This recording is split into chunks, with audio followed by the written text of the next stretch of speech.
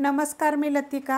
आज मी तुम्हाला पालकपासून भाजी बनवून दाखवणार आहे। त्यासाठी बघा, एक मुठभर पालक घेतलेले आहे। ती पानं स्वच्छ कापून घेतलेत बघा, धुवून स्वच्छ कापून घ्यायचे। त्याच्यानंतर ही नुसती देठ आहेत बघा पालकची। आपण काय करतो, पानं घेतो आणि देठ टाकून देतो। तर जेवढी कवळी देठ असतील ना तेवढी मी बघा ही देठ घेऊन तुकडे करून घेतलेले आहेत। अशा पद्धतीत कापून घ्यायचे, देठ फेकून द्यायची नाही ती कधी। तर आता आपण ह्याच्यामध्ये काय करणार आहे माहिती आहे का, एक बटाटा साल काढून बारीक कापून घेतलेला आहे। तवा गरम करत ठेवलाय, त्यामध्ये तेल टाकून घ्यायचं। एक चमचा तेल टाकूया आणि गरम होऊन देऊया। तेल गरम झालेलं आहे, त्याच्यामध्ये बघा छोटा अर्धा चमचा जिरे फक्त टाकायचे आपल्याला आणि 7 ते 8 लसणाच्या पाकळ्या बघा अशा कुटून घेतलेल्या आहेत, नुसत्या फोडून घेतल्यात बघ। थोडासा कलर चेंज झाला की नाही लसणाचा, ह्याच्यामध्ये बघा आता आपण हा कांदा टाकून देऊया। अर्धा कांदा घेतलेला आहे, अख्खा जरी घेतला तरी चालेल मी। आता हे पण आपण चांगलं भाजून घेऊया। कांदा बघा अशा पद्धतीत भाजलेला आहे। आता ह्याच्यामध्ये 3 मिरच्या बघा बारीक कापून घेतल्या, त्या कुटून टाकल्या तरी चालतील।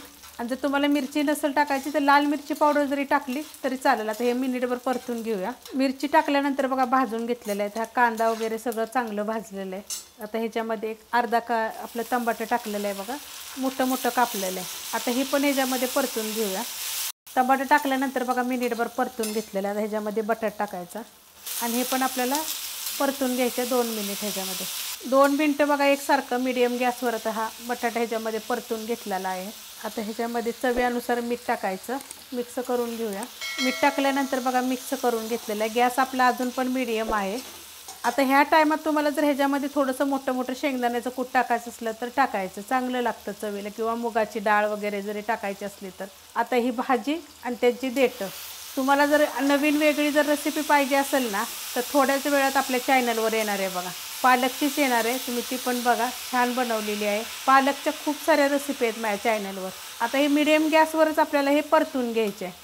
मिक्स करून घेतले बघा भाजी टाकल्यानंतर, तर एवढं पाणी सुटतं बघा, जास्त नाही। आणि मी भाजी परत पण धुवून घेतली होती, कापायच्या अगोदर पण तिला धुवून पूर्ण नितळली होती, जाळीमध्ये ठेवली होती, तर पूर्ण पाणी नितळतात मग।